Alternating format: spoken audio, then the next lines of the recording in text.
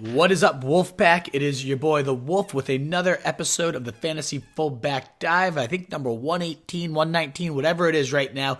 It's our second episode of our daily fantasy special. And we, of course, are joined by Jimbo Slice, resident DFS expert. Jimbo, how you doing today on this fine Thursday?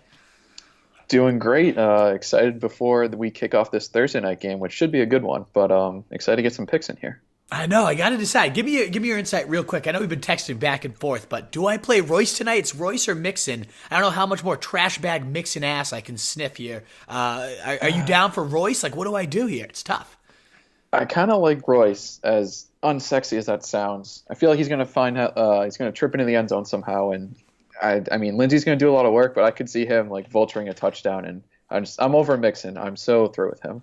Awesome. Yeah, I'm feeling the same way. I saw a stat that he has the most touches in the NFL right now. Royce does, without a single touchdown. So I think it's due. He's so due. It's coming tonight.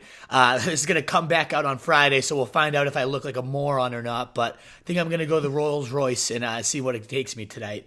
But yes, as I previewed last week, we have a DFS episode. It's very GPP or tournament style focused, where we're going for that millionaire maker. We're trying to win it all. And in that sense, we're not going to just recommend our safe plays, our 50-50 bets. We're also going to have a focus on that main 1 p.m. and 4 p.m. slate. So none of the primetime games will be included in here as we preview it. Got some positive feedback that last week people liked that position by position, price range style breakdown. They enjoyed especially the chalk, and thought that was especially helpful to know who people were going to be leaning towards and if there's any we would erase there. And I talked to my buddy Zenos, still no word from him today, but he is off some huge wins in the tens of thousands of dollars. So somehow we'll find this guy, we'll track him down and get him on in another week or two. We have Ian Harditz over at Roto World. He's confirmed to join us in the next week or two as well. So right now you got me and the Jimbo Slice. Last week, if you followed our advice, you should have at least cashed. I heard, I got to that nice $40 range on the millionaire maker, which is never the easiest thing to do. Still haven't hit it huge, but this is the week. I feel I sent you my lineup and it felt chalky. It felt, too perfect, but I think it's going to be the one. Jimbo, you ready to break down some players here with me? Let's do it. I know we're in agreement on a lot of these guys, so I had to dig back in and find some other ones I wanted to go with. We're going to start with running backs, though. I always like to get 3 horses into my lineup, so that's where I like to start. Jimbo, where are you looking at running back if you're paying up big this week?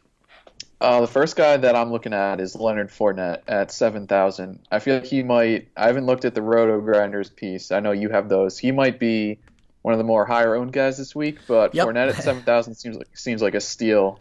Cincinnati's been awful on defense, especially against the run, and just his sheer volume of work that he's getting. Mm-hmm. Let me pull up his game log here. It's insanity. He's right around like 22, 23 touches a game, but especially the receiving spike. It's insane. Exactly. He's got 3 games in a row of 20-plus carries. He's gotten, 6, 4, and 2 catches. So, I mean, it's not like he's not lighting the world on fire, but he's still getting those cheap extra points there. And he's on a sneaky pace. Yeah, like over 60 receptions, I believe, is the pace at this point, which for Fournette is huge.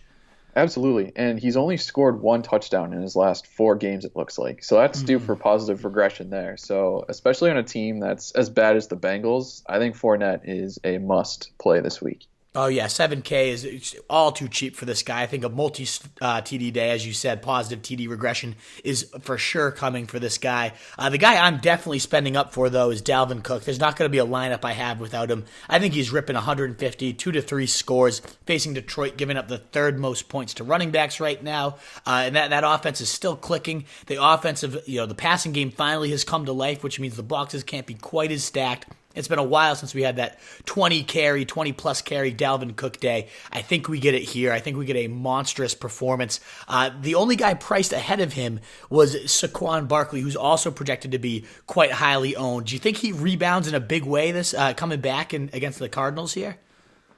I could see it, especially against Arizona. And he's probably not going to be too heavily owned coming off the injury, whereas someone like Dalvin will be much higher owned. So he could be a nice pivot play in tournaments if you're looking to differentiate your lineup there. I know we saw Freeman just catch 2 touchdowns against the Falcons. I mean, against the Cardinals D. So of course, a talent like Barkley, who's full go, superhuman guy, another person to spend up on. I'd love going big at running back this week because I think there's some nice receivers you can save on. And there's actually a mid-range guy I absolutely love though that I have to have in my lineup, and that's Josh Jacobs at only $5,000. He's my 8th ranked running back.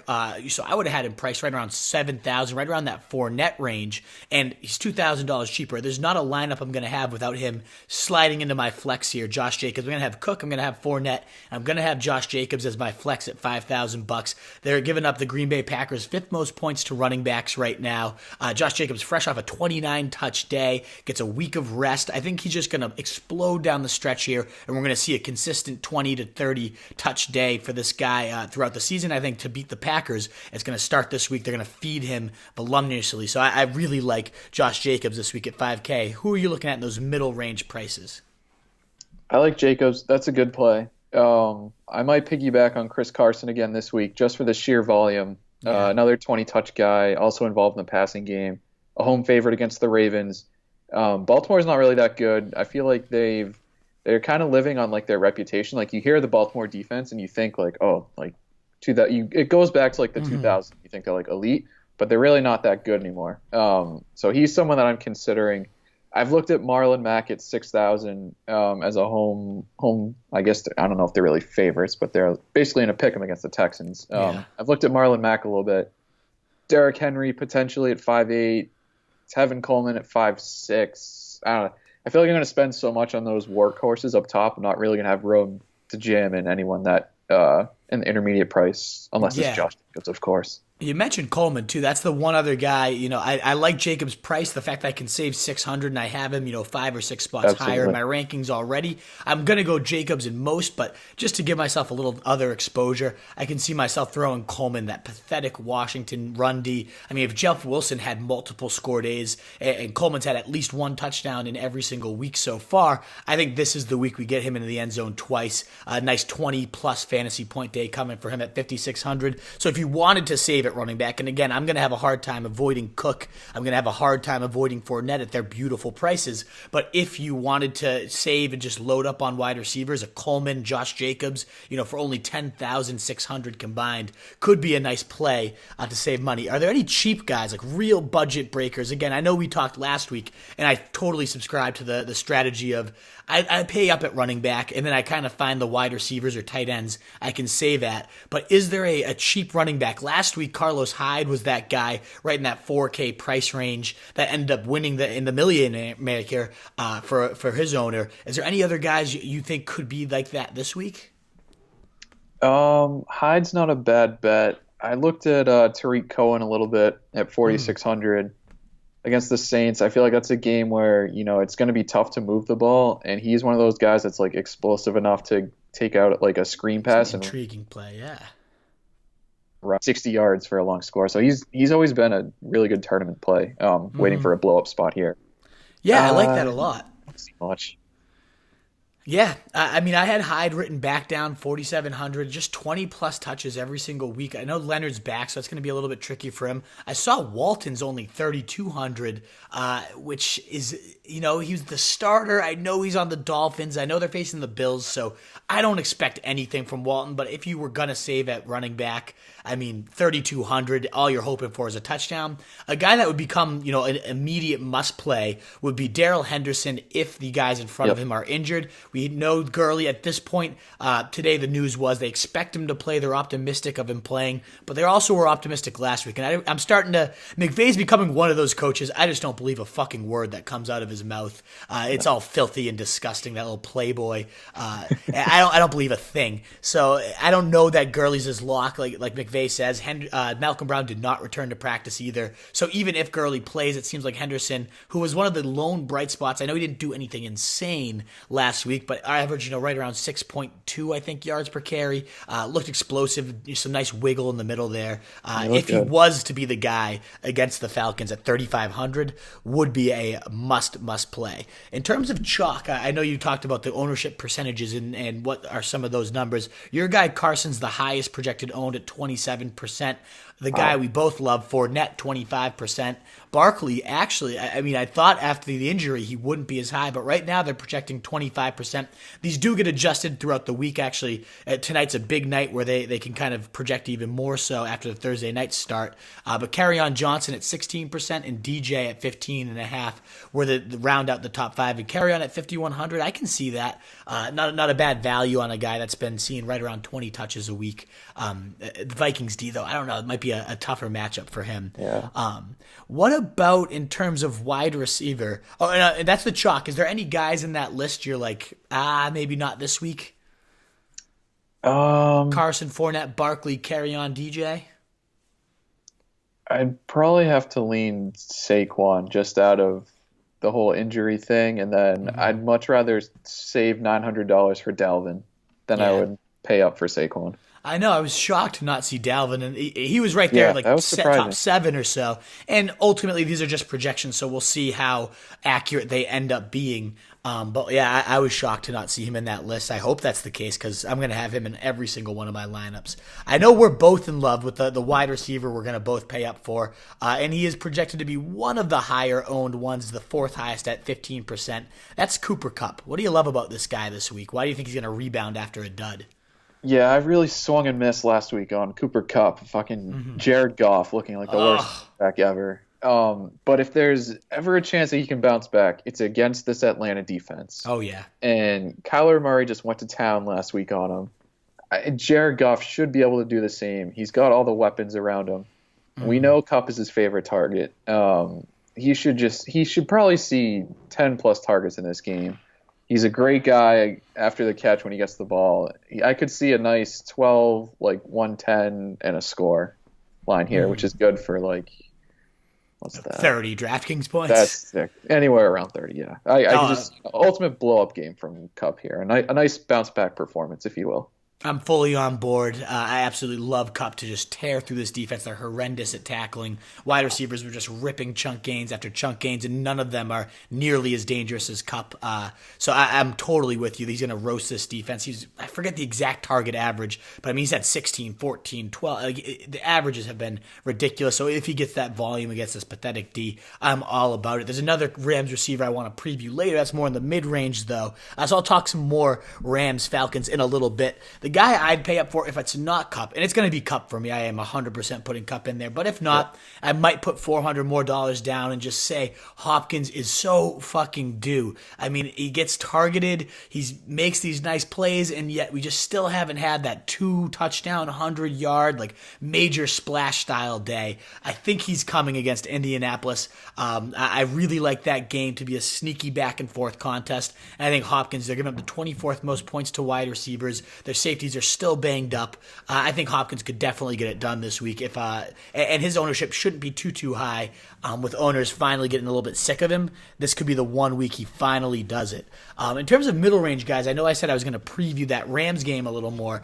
I kind of like Brandon Cooks. I think the one thing that it's really hampered this offense as a whole has been that pathetic offensive line. But now we've seen, the pathetic Cardinals offensive line, stall the pass rush of the Falcons. We've seen the, awful Texans offensive line just completely manhandle that D-line. And they are by far the worst, generating the least amount of pressure of any team. And if there's one thing Goff can do, when he can sit back, he can throw that dime deep. And Brandon Cooks, it will definitely going to be streaking. He's going to have that time to finally get open. That's what's been really killing this guy's value all year. There's just been no time to let those long balls develop. I think they're going to hook up for at least one, if not two, and really try to establish this guy. So, a 152 TD Cooks day is not without the realm of possibility. So in the lineups, I don't have Cook. Maybe where I pivot to Hopkins, I'm definitely going to be tossing Brandon Cooks in there at 5,400. I love him for sure. Now, there's another chalky wide receiver, another big deep threat that we both love, and that's T.Y. Hilton.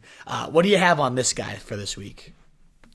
Oh, man. Big fan of T.Y. Hilton this week. For some reason, he seems to always go off against the Texans. Oh, yeah. It's just it's like in his DNA for some reason. He plays Houston. He has a monster day. His game against the Chiefs was a little underwhelming. He only had 7.7 points. But, they kind of played it slow. I'm a little worried about the Colts there where it's like their whole game plan has just been, kind of focusing on running the ball, just beating him up on the offensive line and win it with some defense. But but I don't know against the Texans if you're going to be able to do that.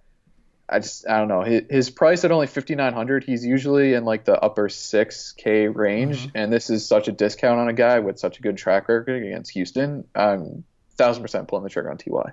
I couldn't believe that he was only 5,900. I was ready. I mean, I previewed on our last podcast with Nat, higher, lower, Hail Marys. T.Y. Hilton was absolutely my higher, my wide receiver 3 for the week because of how much he dominates these Texans team. I was expecting to pay, 75 or so for the guy. To see him at 5,900 was insane to me. And just to, put the stats to paint this picture of how much he's dominated him, it's been historic. I mean, the average right here over 14 games, he's averaging 97 yards.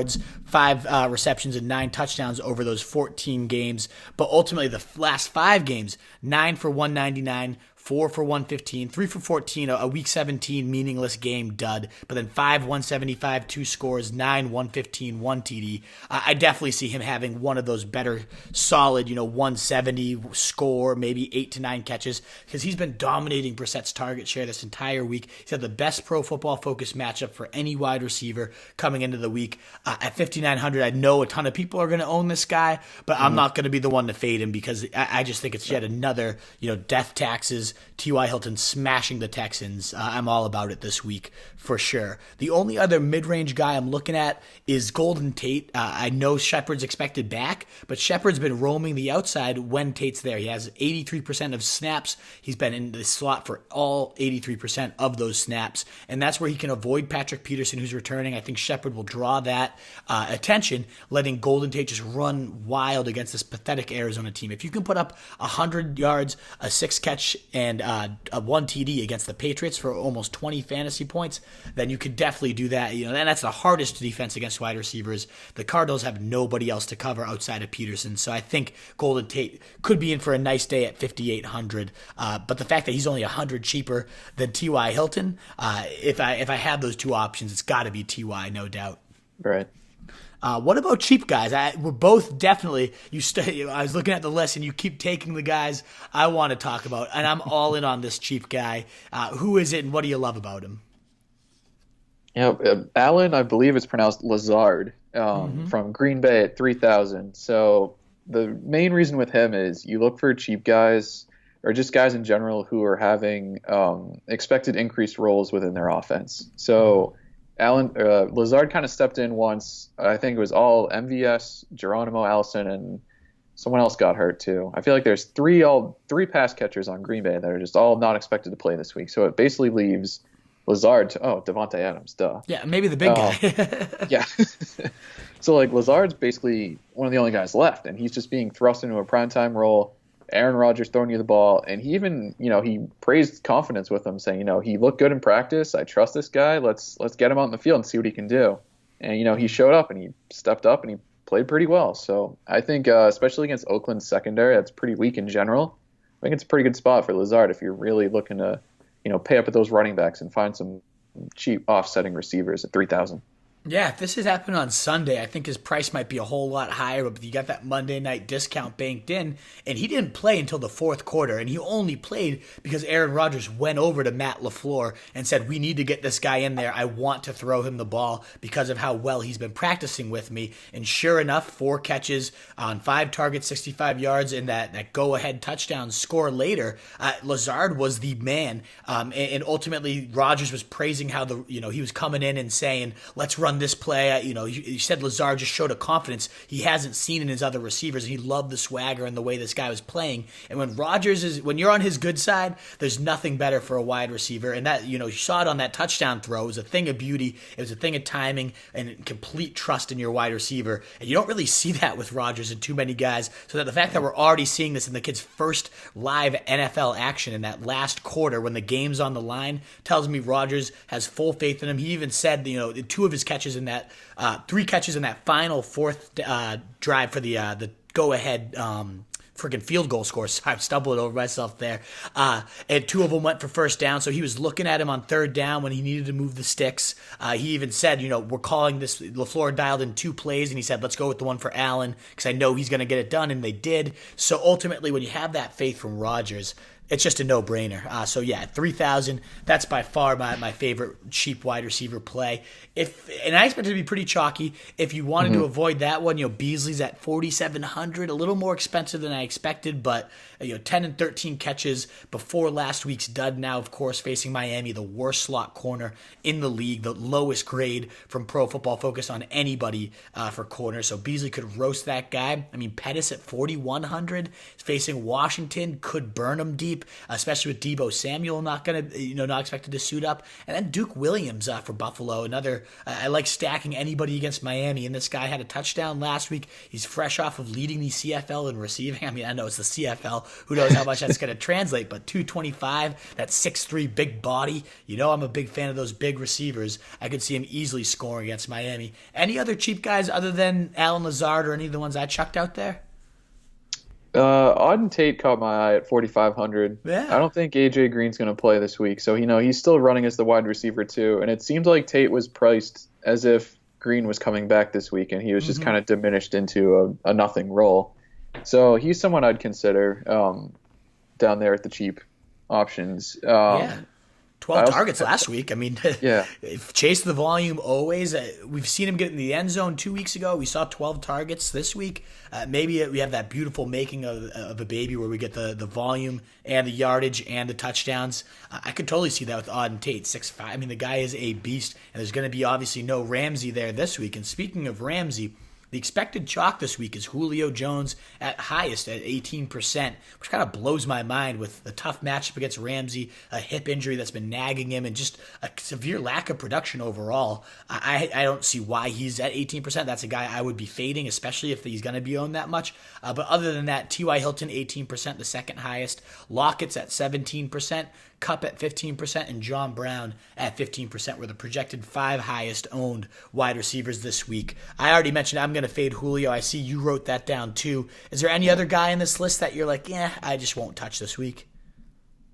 Nah, just really Julio with the Ramsey update, and then he's like hips bothering him a little bit, and it usually doesn't work anytime I go against Julio, so it'll probably burn me, but it's worth a shot. I'm going to stay away. He's done nothing this year. And then Lockett, 17% owned. I don't know, against Marlon Humphreys, he's been locking down number one receivers for the Ravens, and teams have been definitely going away from him because of how locked down he's been. So I could see this being more of a DK Metcalf day and Lockett kind of struggling. So I don't really buy him at that high owned chalk price. In terms of QBs, obviously the prices are a little bit different, but there is that tier of 7,000 to 6,500 or so. Who do you like in that expensive range if you're paying up a QB this week? There's a lot of good guys to choose from. Lamar Jackson is probably my favorite. This game to me has shootout written all over it. And when you get Jackson, his rushing ability, he just takes off. He's almost unguardable. I feel like a nice 30-point game's coming for him. So if I'm really going to pay up for a guy, it's got to be Lamar this week. Yeah, the number one fantasy quarterback so far this year, and the only guy right below him by a meager 2 points is Russell Wilson, and that's my pick for the week. He's the fourth highest in price despite being my number one quarterback. As you mentioned, shootout-style game, there's nobody better than Russ in these shootout-style games where he's playing from behind or has to keep pace with another quarterback. He's been absolutely dynamite this year. Really has only been under 29 points once in the last 5 games, which is insanity. Definitely on an MVP pace, and I think we see another blow-up game from Russell Wilson, my number one quarterback for the week. He's priced as the number 4, so I'm going to line that up all day. I know we're both on board for our middle range guy. We've already talked about loving 2 of his weapons. That's Jared Goff. Is there anything else to really add here? Not really. Big fan of Goff this week, but I feel like if there's a guy that you can play naked and like just not stack any receivers with, it's him, because the thing in the past was you'd never know who he was going to throw it to, but because there's 3 great options he can.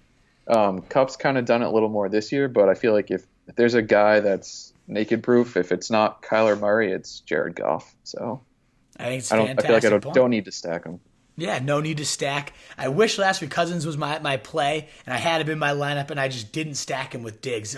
If I had done that, I'd be a lot richer than I am sitting here today. It would have been a money one. The squeaky wheel got all the grease last week, so I wish I had stacked him. But with Russell, my quarterback, I don't know who, the same way, I don't know exactly who I would stack him with because I don't love Lockett this week, maybe DK. So same type of idea there. In terms of saving money, if we're not going Goff or we're not going Russell, and I'm probably going to go either one of those guys because I feel like saving at wide receiver is pretty easy when T.Y. is as cheap as he is, when Lazard is as cheap as he is. That gives you a lot of flexibility to get these elite options in there. But if I did want to save at quarterback, which is generally the route I go, I don't hate Minshew Mania against Cincinnati, giving up the most points to quarterbacks. Without Ramsey on defense, it should be more of a shootout style game. I definitely think Minshew could have a huge bounce back after his 5-point dud last week. He's projected to be very low owned because of that dud. So I like him, and I also like the fact that Philly Rivers is only $100 more than him. So if I wanted to do a stack, a Philly Rivers Hunter Henry stack, doesn't seem so bad in my opinion. Is there any cheap guys that you might cut some budget and really save with here? Not a fan of too many of the cheaper guys. Stafford not getting the price adjustment at 5,200 is someone I'd consider. I do like the Minshew pick at 5,400. Maybe Jacoby at 56. That wouldn't be bad if it does end up turning into a shootout against Houston. But yeah, I feel like these guys, you just kind of put them all in a hat, pick them out blindly if you need to. Yeah, it seems to me definitely, unless you're going with the Minshew matchup, to me it's a pay up at quarterback type of week, in my opinion. They're projecting Matt Ryan actually as the highest percent owned at 15%. Lamar Jackson, 12.4%. Russell, 10.4%. Josh Allen, who's the fifth highest paid quarterback this week, and it makes sense when he's facing Miami, 9.4%. And Jared Goff coming right in after him at 9.4%. If I was going to go for that mid-range, though, it's got to be Goff over Josh Allen, in my opinion. All right, tight end. I mean, we both locked into the main guy here. There's really no ifs, ands, or buts about it. It's Evan Ingram. It's the Arizona Cardinals matchup. It worked gravy for us last week with Austin Hooper. There's really not a whole much more that needs to be said. It's just like a set forget. Whoever's facing Arizona, unless it's Tyler fucking Eifert, is going to get you 20 fantasy points. It's clockwork. Is there anything else to add to that? Not really. It's just a plug and play. So it doesn't get much easier than this. It helps when he's this good, too. Exactly. I mean, this athleticism, more athletic than Odell Beckham in terms of his measurables against this defense. He's going to run wild. And I think having Saquon Barkley back in there, too, only opens things up more for this entire offense and for Danny Dimes. I'm really looking forward to that game. I expect a ton of points back and forth between these rookie QBs. There's tons of great middle of the pack options in that 4 to 5K range, though. Is there anyone you're particularly loving in that price point? I had Darren Waller written down in my notes until I saw an alert maybe 30 minutes ago that he was downgraded in practice this week. So I'm not loving that anymore. So if I was looking in that range, I'd probably go Mark Andrews at 4,900. I feel like he's still pretty underpriced throughout this whole season. And, I mentioned the potential shootout earlier between them and Seattle. He's probably been their best pass catcher or most consistent pass catcher. So I feel like him at that price range is still a pretty good bargain. Yeah, if you're going Lamar Jackson at QB, I think that's the obvious stack option with him at 4,900. The guy's been a touchdown beast. He's been a seam stretcher all year, and Seattle's getting destroyed by tight ends, fourth most points to the position right now. So I love that call. I also love Hunter Henry at only 4,000, a great way to save some money for a guy coming off over 100 yards and 2 TDs, and Tennessee's giving up a touchdown a game to tight ends right now, and the only game they didn't give up a touchdown to a tight end was Austin Hooper going 130 and 11 catches on him. So I definitely think Hunter Henry could have himself a monster. There's also some interesting cheap options, though, too. My personal favorite, again, back to that Rams offense against Atlanta, I really like Gerald Everett at 3,700. They're giving up the 8th most points to tight ends. He's going to projected to be only 1.7% owned, fresh off a dud. I do think I could see some that run after the catchability. This guy is a monster at breaking tackles. I could definitely see him having a big day against this pathetic tackling defense and finding the end zone and saving yourself some money from those elite options. Who else do you like that's a cheap tight end this week, Jimbo? I like Everett. That's a good call. If I'm looking that cheap, which I probably won't, but if I had to, I'd look at TJ Hawkinson a little bit. I feel like he's slowly coming back from that week one explosion. He kind of disappeared and faded off into the darkness for a couple of weeks, but it seems like his targets are coming back. He's dealing with that injury, I think, a little bit, but he seems like a guy that could be primed for a bounce back here at home against Minnesota. Minnesota's been, I think the numbers aren't incredible for them, but they've given up a few sneaky big games to tight ends this year. So Hawkinson definitely an intriguing play if you're saving at the position. So chalk-wise, Andrews is the projected highest at 18%. Hooper right behind him at 16.5% after all these big games. That's not surprising. Ingram coming in at third at 15.3%. I get that he's expensive at $6,500, but that's a price point worth paying up for. That's probably the only thing keeping him out of being the top-owned guy is the fact that he's priced like an elite wide receiver, but ultimately it's worth it. He's going to have himself 20 to 30 points. Waller was the next highest at 14.8%. I expect that's going to go down, as you mentioned, with the injury, and Henry came in at fifth at 10.8%. So a lot of names we already talked about are going to be chalky, but they're chalky for good reason. If you wanted to save and get away from the chalk, I do think Everett presents a nice option there. Kittle is projected to only be 2% owned, and Kittle has been doing Kittle things lately. So at only $200 more than Ingram, I don't want to pivot away from Ingram. I'm not personally gonna, but I wouldn't be shocked to see Kittle have himself a monster day and really get you some nice points where everybody else was going to Ingram. In terms of defense, we both have the same one. Again, common trend today. I think our lineups are going to be very similar, so hopefully it works out for us. Yep. You love the Bears. Why? I do. This has like a 16 to 10 game written all over it. Minimal points scored. Teddy, hand up. I was not a fan of Teddy Bridgewater, but he's been doing well. He's winning games. He's doing what he needs to do to win. But in terms of fantasy, he hasn't been a standout quarterback, and especially now if Kamara's potentially going to be out for the game, I just can't see them moving the ball too well against this. I mean, this Bears defense is one of the best in the NFL. Yeah. So I can't see Teddy having that great of a game or putting up a ton of points against these guys. And then I'd even almost consider this. I mean, they're only $100 cheaper, but the Saints on the flip side, another very good defense. You're still dealing with Chase Daniel.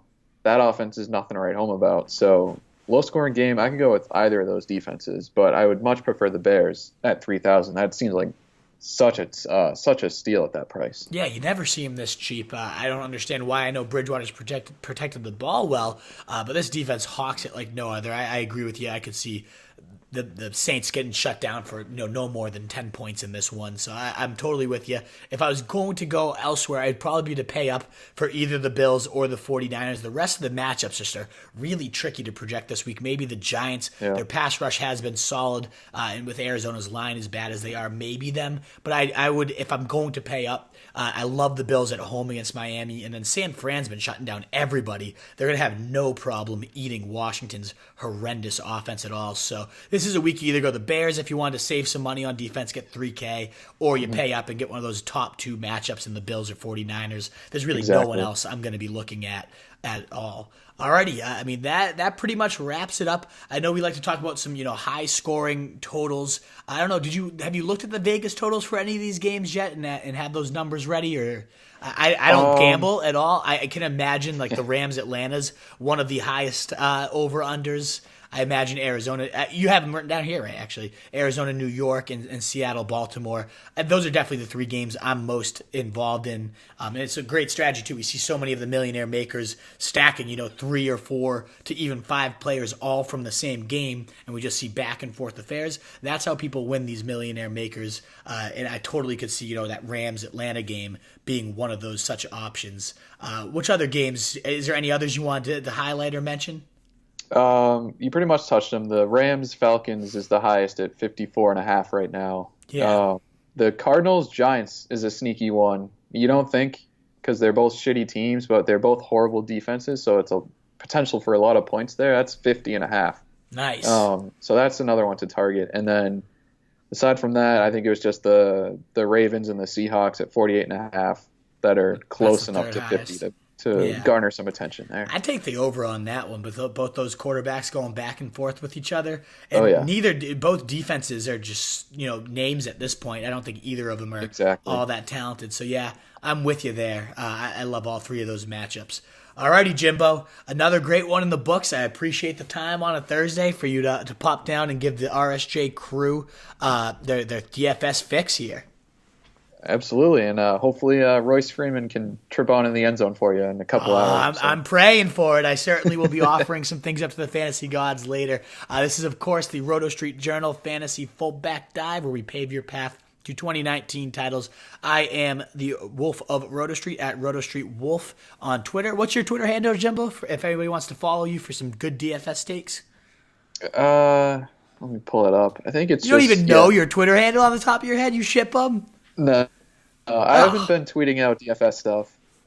It's at DJ McGinnis. So we just need it to be RSJ Jimbo Slice from now on. We got to start getting our RSJ handles up there. I was going to say, I might just have to make one just to tweet out DFS stuff because my friends will probably get pissed at me if I just flood their timelines with DraftKings prices and everything. I like it. That'd be perfect. Do it.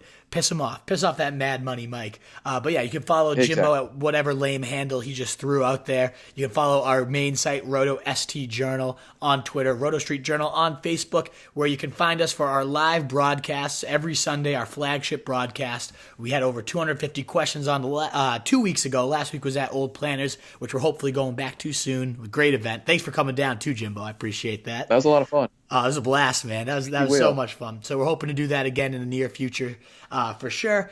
But this week we'll be back in the basement with the bald one himself. So come on down to the Fantasy Tailgate. Get all your sit-start questions answered. Thanks so much for tuning in, guys. Look forward to seeing you on Sunday.